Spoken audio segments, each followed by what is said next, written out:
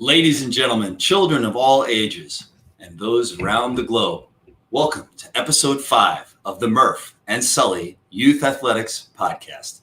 I am your co-host, Dan Murphy, otherwise known as Murph, and this is Mr. Ed Sullivan, also known as Sully. Sorry, Murph. Sorry about that. This is a whole new perspective for me. I'm a little nervous. Yeah, I understand. So tonight, folks, we are trying something a little bit new. I will be your host for this podcast. And frankly, because I'm sick of Sully taking all the glory. And I have my Bible, my mobile rosary, and my holy water right next to me to help us through all of this. Do you have your bleep button? I left the bleep button at home. I hate when that happens. Oh, wait a minute. I am home. Everyone is. So, Sully, how are you doing today? I'm good, Murph. You know, we are actually broadcasting live on YouTube, yes. Your Facebook account, my Facebook account, and my old radio Facebook account. So we actually have 9 viewers right now. We want to thank those that are viewing live. You can leave comments throughout the show, and, you know, who knows, we might even post it. Yes. How about that? So that's very exciting. That's the most number of live people we've had before, as opposed to dead people. Oh gosh, you had to go there. You had to go. Oh, you had to go there. Ooh, I'm sorry. I'm actually sorry about that. That wasn't good. That wasn't good at all. So Murphy, you have some questions for me. Good thing I'm sitting down. I do.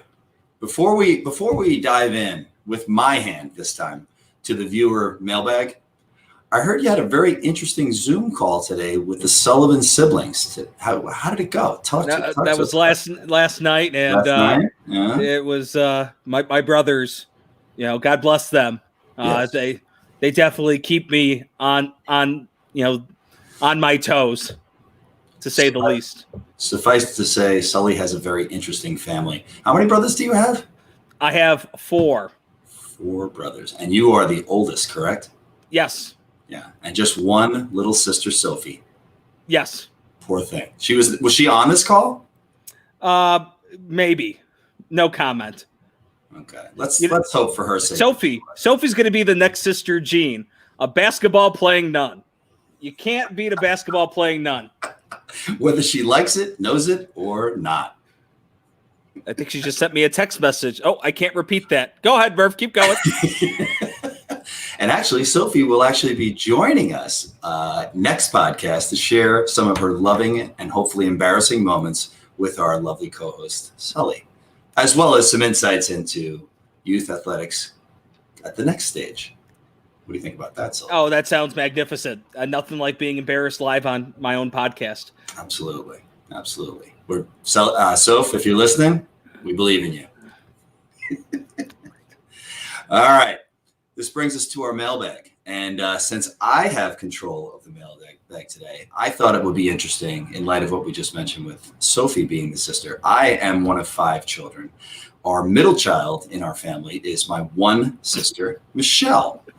And she had some interesting comments to make about the podcast. She's been tuning in. So thank you, Michelle. And thank you, Tommy and Jimmy and Billy and all of my siblings and friends out there, college friends and beyond, giving some good constructive criticism, believe it or not. With a ration of some other stuff. So this is from my sister, Danny. She calls me Danny. Wanted to reach out, brother, and let you know how proud I am of your sports program with Sully. Now that I'm caught up, please let me know the next time you're live so I can cheer you on. On to business, ... Here it comes, Sully. Love the personal stories, Providence College, Hickey Field, etc. Great props with the hat, the bald head, preferable. Debatable. Game ball in hand. Is that what they call your head? Oh, sorry. It always seems to come back to me. What's up with that? The T-shirts and the pink headphones, of course. She says yes to George, as in Michael, no to Wham. Hot dogs, both ketchup and mustard. Okay, I'll give her that. That's fine, a mixture. Just saying. Agree 100% on the 3-pointers theory. Miss them more than they make them. Total hot dogging, no pun intended. I see what she did there. Same with underhand layups. See that? Yeah. Finally, Sully needs to get off your beep. Or your sis is going to take him down, baby. You rock. So I officially have one fan. Well, that's one more than I thought you were going to get during this podcast, so that's great. I'm very proud of you and the fact that your sister's a fan of yours. Absolutely. I would like to remind everyone at home that Murph loves George Michael. He loves hot dogs with ketchup and is a fan of the underhand layup. Sorry. Go ahead, Murph. Beep. All right. So what's our topic for today, Murph? Well, before we get into that, if anyone, and I mean anyone, has an opinion they'd like to share or any thoughts they'd like to share specifically about Sully's communication style, his hairstyle, his beard style, slightly unkempt, I must say. Whoa. Silly opinions, please share. I will be happy to share them with our audience because there's been a preponderance of weight going the other way. That said, what's that supposed to mean? Oh, wait. No. What's that supposed to mean? Whoa. Wait a minute. Already recording for posterity. That's good. Oh, my goodness. All right. That said, our topic for today. All right. Are you going to turn that off? And I'm trying here, Murph. He's trying to be professional, people. Trying is the key word here. Bear with us. Are you ready? I'm ready. All right. That's it. Our topic for today is tournaments. Ooh. Pronounced the correct way, by the way, apparently, according to my 8th graders. Sully has hosted tournaments since the days of the ABA back in the 60s and 70s. So we're anxious to dig into the many fun topics surrounding tournaments and his insights. So Sully, I don't know. Do you have one arm? All right. Anyway, Sully, can you tell us about tournaments, that you've participated in the past, and what inspired you to actually run tournaments with all the work that's involved? Well, I've been running tournaments since I was a sophomore in high school, and in the 2000s, believe it or not, the 2000s. Yep, because I was born in '92, Murph. But talking about tournaments, I have some great moments as a kid. I know my dad's watching right now, and as we'll say many times on this podcast, my dad was one of my favorite youth sports coaches. And, one of my favorites is actually a story that we joke about. There's a local school in the area by the name of Bennett Academy that runs a tournament. They used to run a tournament at Christmas time, and we decided that we were going to sign up for this tournament. Mm-hmm. And, the athletic director of my school at the time was like to my dad, we really think this would be a great idea if you participate in this tournament. My dad, we'd never done one before. So he signed us up, and I remember the first game, St. John of the Cross, Western Springs.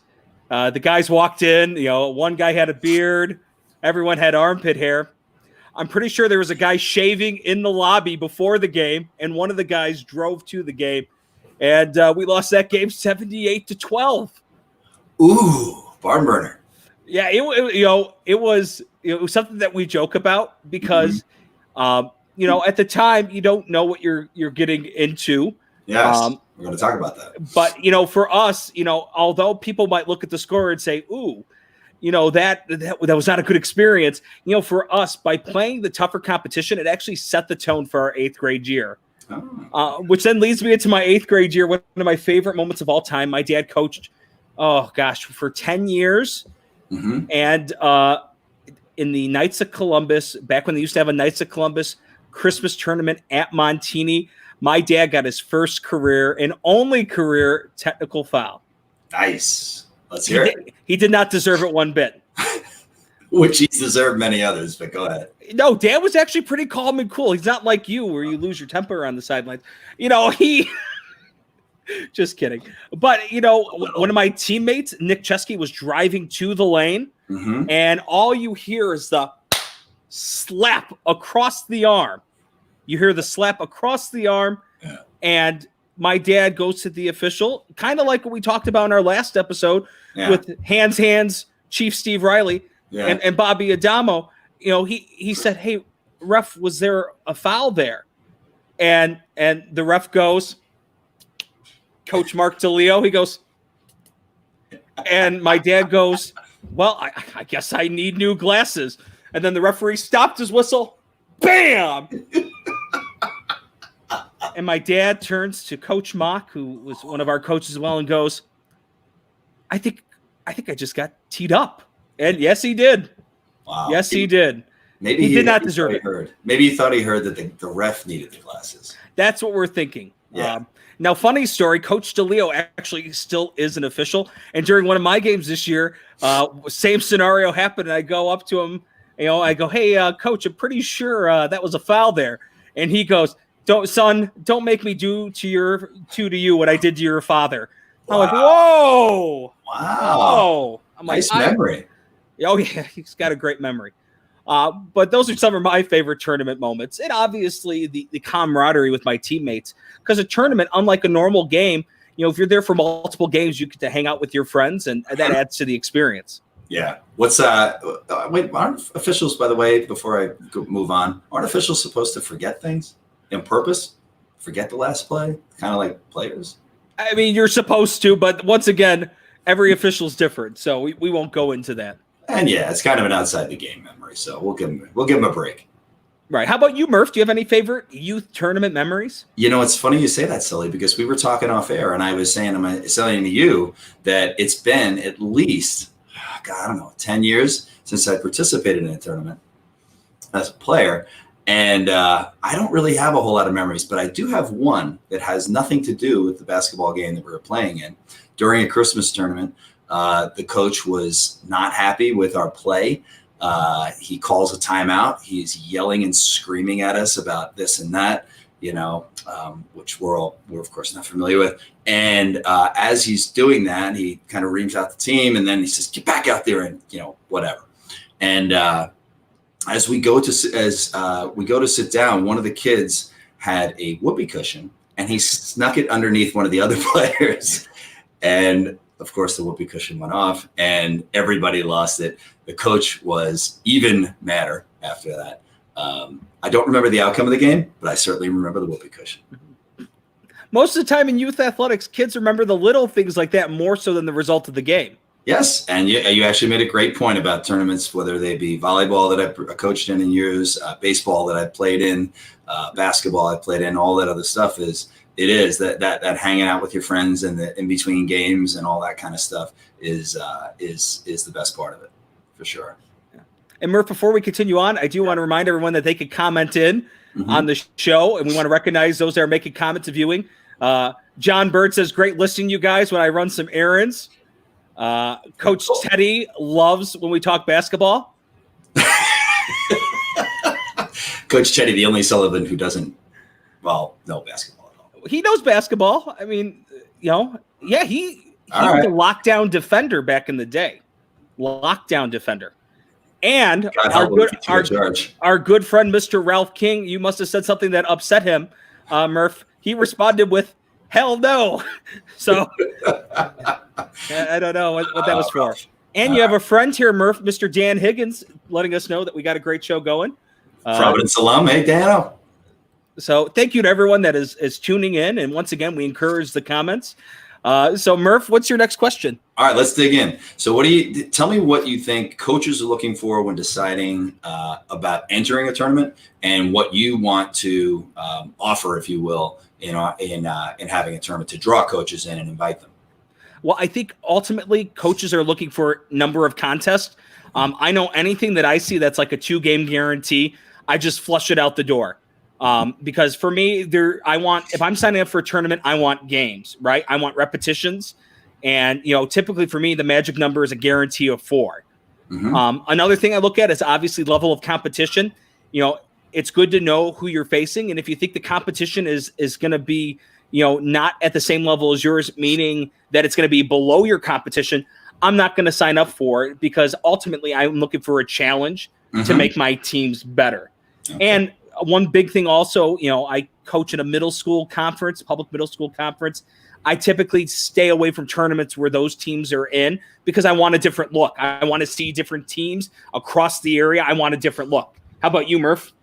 Well, as far as getting into tournaments, I agree with you. It's about the number of games is probably the number one thing. I think it's also level of competition, and that goes for, I've coached B teams, A teams, and everything else, and you want them to be challenged. You want everybody likes to get a championship out of a tournament. It's fun, but if you don't, or you come up short or whatever, but if you can come out of that and say that we played a lot of games, the kids got better, and we faced really good competition, or very different competition. We played one last year. We actually played in an 8th grade tournament as a 7th grade team. We played with some 6th and 5th graders, believe it or not, which was good experience for everybody, the camaraderie and all that stuff too. And I will say that in the championship game, we got knocked around a lot by an 8th grade team. And so there was a difference between an 8th grade team and a 7th grade team. And I think we had the talent edge for sure, but we got beat up a little bit, and which was great, which was fine. I mean, for the most part, there were a couple of things where things get over the edge sometimes, but for the most part, we want that. We want to have the girls being tested and just playing a lot of games, boys too, obviously, and playing a lot of games, and they just get better they just get better and they become closer as a team. So how do you figure out, like, when you go from your first couple tournaments that you ran to now you obviously know a lot of the teams. How do you get to know the competition? Is it just trial and error? Is it, what is it? Do you talk to other coaches? What do you do? Well, thankfully, to get teams for my tournaments that I run, I have a lot of contact lists that I've developed over the past 13 years. I hit up different public school leagues. Mm-hmm. Right now I can tell you I hit up at least 5 different Catholic school conferences. Yeah. And what most people don't know is, like, for a Christmas tournament, and I am wearing my Macho Man Macho Christmas. Ooh, yeah, dig it.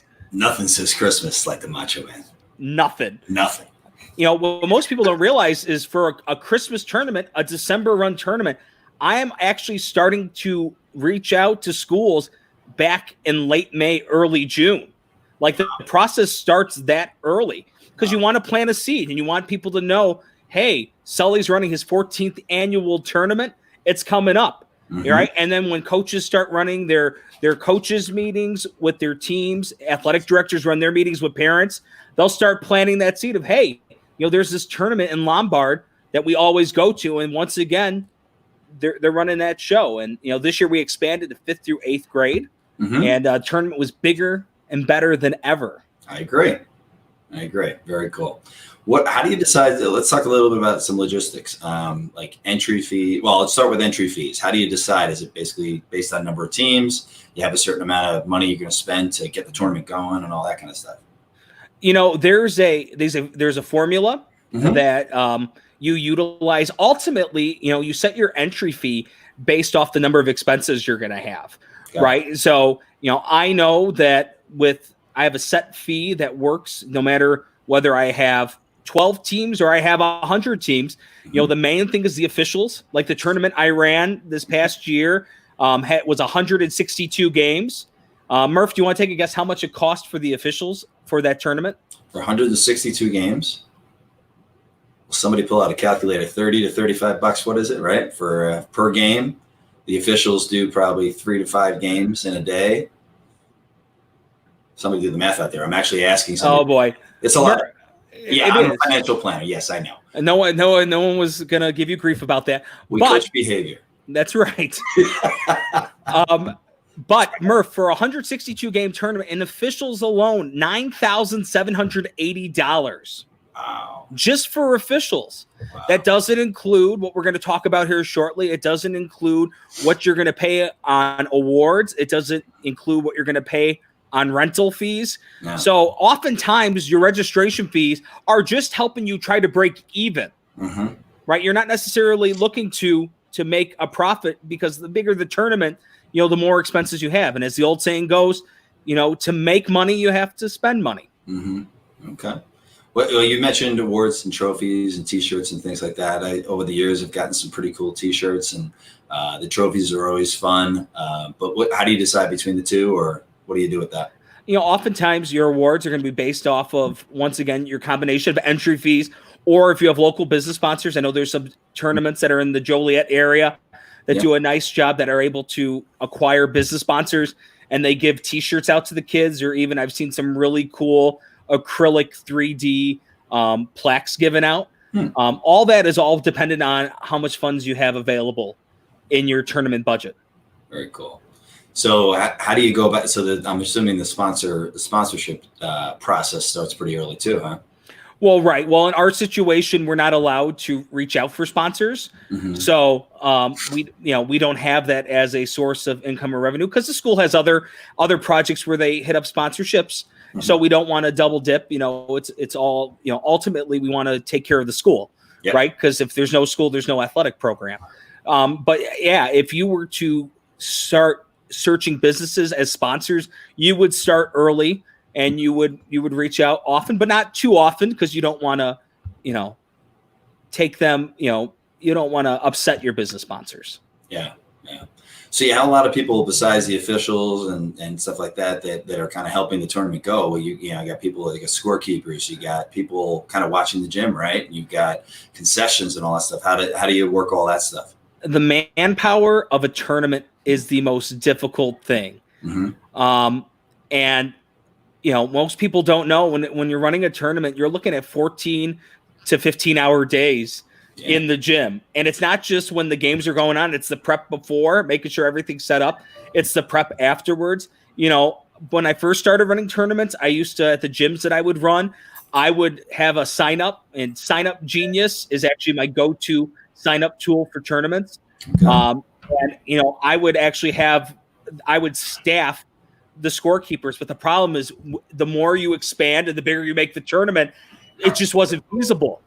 So now we have the home and the away team provide a scorekeeper that not only saves you the headache of finding people, but you're guaranteed to have a worker. And the parents of our schools do a great job with the admissions and concessions piece. We hit up the local honor societies, the high school honor societies, and anyone in high school that's trying to get service hours. They play a big part into the success of it. For me, from a gym monitoring perspective, first and foremost, my family, Murph, if I could tell you the amount of gym hours that my family has put into helping run tournaments in the past 13 years, between my mom and my dad, my brother Tim, my brother Josh, brother Ted, brother Ben, Sophie has helped scorekeep, but she's not old enough to monitor the gym. But I would not be able to run a tournament without my family. I mean, I have countless stories of times that they bailed me out. And that's the thing. And it's, that's hard on them too. They do it because they love me and they support me, but that's not fair on them. But thankfully I have friends like you and Mike Pollock and Jeff Vittorio, Jory, all these people that, Steve Riley, Och, people that will, stand, by my side and help me run this thing. But it's a lot of work. It's a lot of work. I've given up the last 13 Christmas breaks. But it's all worth it because the kids get that opportunity to get some extra basketball in. Yeah, absolutely. Well, speaking of the kids, what kind of stuff do you do kind of, if you will, on the side to make sure that it's fun for the kids besides, obviously the basketball and the concessions and all that kind of stuff? What kind of stuff do you like to do? Well, it depending on the tournament and the size. When I've run 8th grade only tournaments in the past, I have done a 3-point contest, which people love. I've seen other people run free throw contests in between tournaments. And, we even have a all tournament team where individuals, coaches from both teams vote. I'll calculate the results and the kids will get a t-shirt saying that they've been selected to the all tournament team. Very cool. So that kind of adds to the experience of the tournament, if you'd say. Very cool. Very cool. What about advertising? How do you sponsors, and you use websites and stuff like that too? Tell me a little bit about that too. Big picture, I'd love to try to get it to a point, especially, we have our Knights Camera Action feed. I would love to get to a point where there's a website and you can actually stream the games live. And, the website would kind of be the central communication port for the tournament. And once again, if you have the ability, that's a great opportunity to give back to your business sponsors. You can promote the business and you can also bring in some additional income for your program. And having business sponsors allows you to promote the tournaments, throughout the local businesses in the area, because ultimately the more people you have in the bleachers, the more successful a tournament you have. Absolutely. Very cool. Communications with coaches. How does that go? I'm sure there's a lot before, a lot during, as the, you've got winners and losers brackets in most of the tournaments, right? Right. How does that go? For me, I used to, in overtime, you get better, you evolve, you adapt. Mm-hmm. The communication piece, email has obviously been key since day one.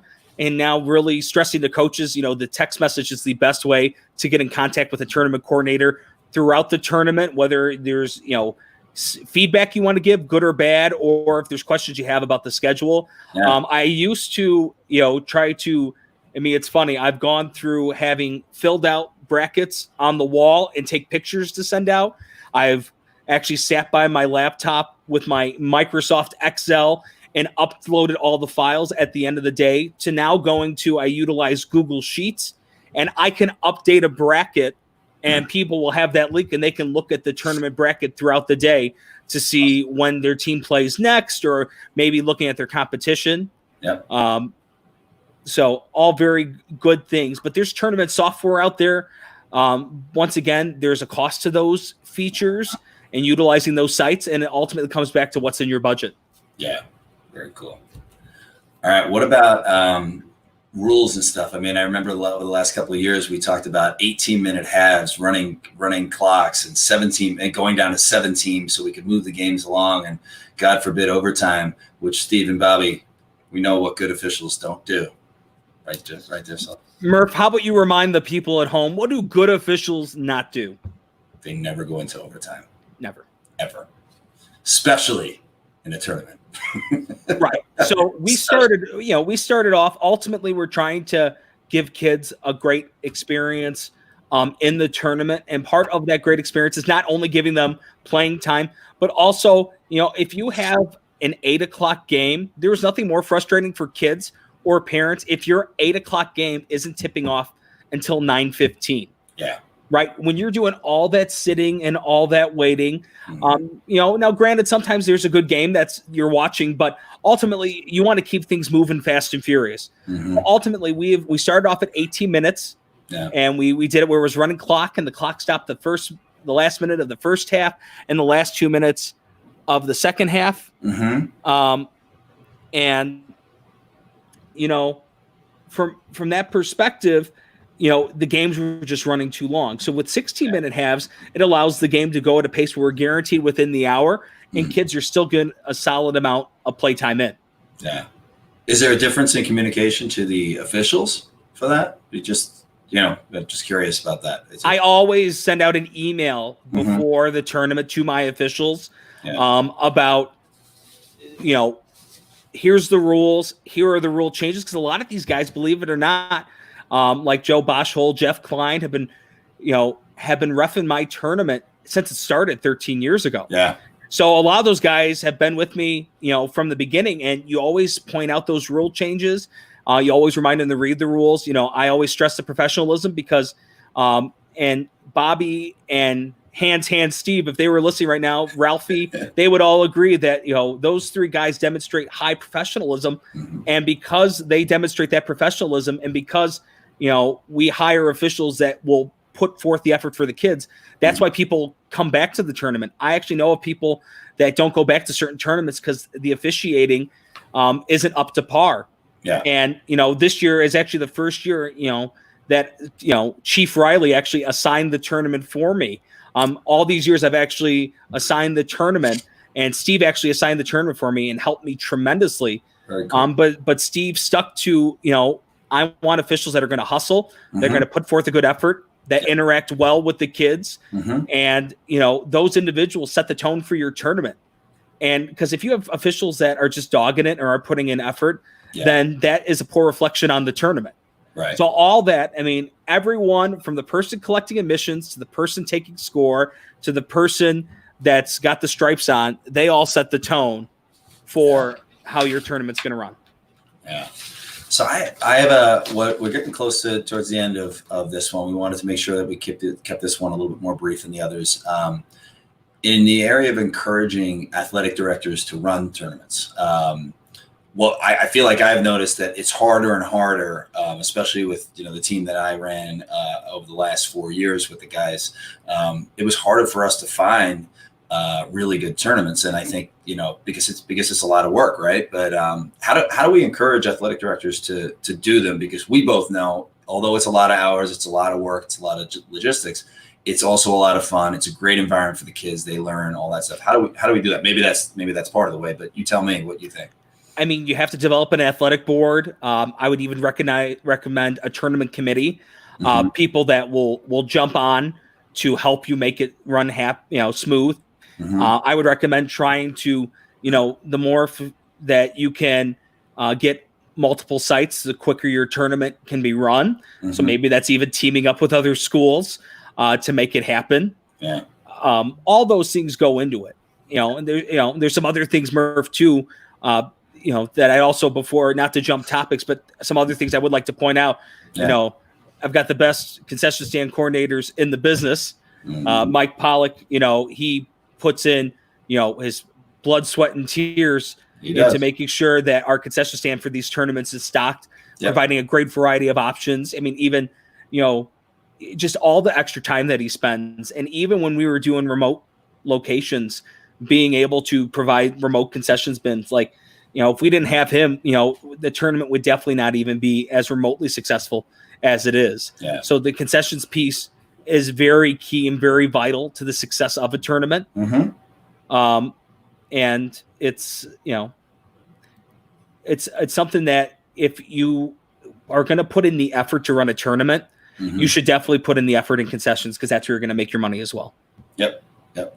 Well, and one thing that you two guys do that you do better than anybody else, and that's just not just tournaments, but also during any event that we run or that we're a part of, is frankly the music. The kids love the music. The parents love the music. You play some throwbacks to before when you were born, shortly after I was, and but the music is a good part of it too, because we walk into a lot of gyms over the years, as you know, that are quiet, and that's no fun. That's the worst thing you could have, is a quiet gym. Yeah. Especially when you're getting animated during a huddle, Murph. I mean, no one wants to hear you yelling at people, or me, for that matter of fact. No one wants to hear me yelling at people either. No, that is for sure. I would get teed up a lot more often. I wasn't even looking at you. All right. Well, I think that's all the questions. Do you have any other things you want to bring up? Like I said, about I do want to mention some people that are watching the show. Yeah. This is off the topic, but a friend of yours, I believe, Murph, do you guys prefer to stick with coaching the age group you have now? Kind of go into we're going to start doing this now that we're live streaming. We're going to go to the Q&A comment section of the show. So now's your time if you have any comments about the topic or just some comments in general. So Murph, I'll let you answer this question first, since this is one of your Facebook friends. Yes, absolutely. Hey, Pat. Pat is my friend who joined us on the Final Four trip with Providence, actually. So he lovingly reminded me of that. So that was awesome. So, Pat, the answer to that question is simple. Up until 7th grade, for sure. And 8th grade, I always joke with the girls that, okay, you're getting a little, what's the word I'm looking for? Squirrely, right? Just go to high school. I don't want to coach high school kids. I don't only have so many veins in the head that light up when I'm getting all excited about a game and things like that. I think it's the teaching part of it. I think it's just the youth of it. The kids are just enthused to be there and be with their friends. They're all there for different motivations. So to me, it's a big challenge to do that. I guess the other big part of it is the no cut aspect of it, is that everybody plays. If they sign up, they play.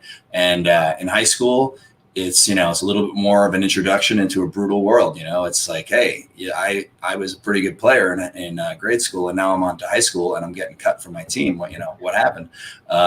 That's kind of the price of getting to the next level. That's some of the things that we talk about throughout the 5th or 8th grade, but certainly in 8th grade for sure. It's like, if you want to play in high school, you're going to be doing this 5-6 days a week. You're going to be doing, et cetera, et cetera. So we try to prepare them for that in a lot of ways. But yeah, that's the thing, is that it's just, there's a lot of innocence to it. There's a lot of fun to it. I'm a kid at heart. So I like to, I like to be a kid myself out there. So, at the high school level, I just see a lot of coaches taking it way too seriously in a sense, because, you see these kids. Sophie's a good example. She's a sophomore in high school.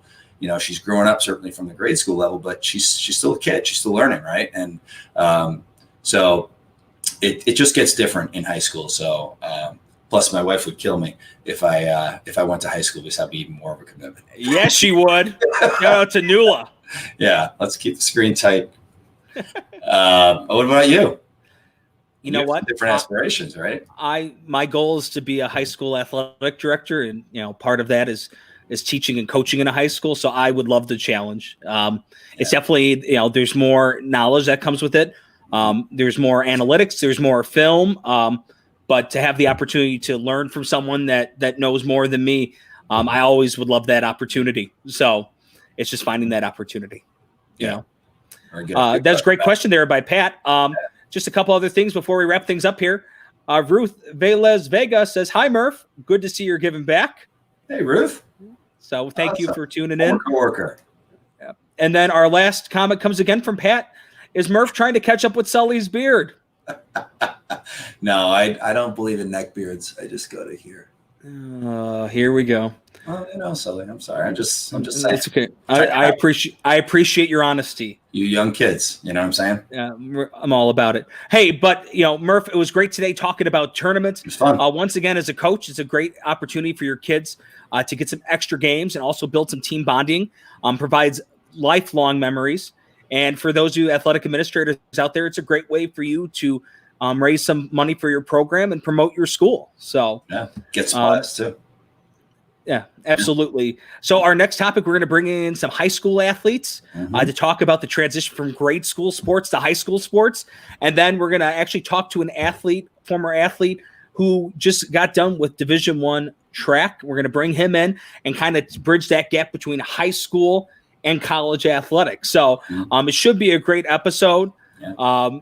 Murph, thank you once again for joining me here. We're going to be looking to broadcast live here Tuesday night. Yep. That's Tuesday, March 31st for those of our viewers at home.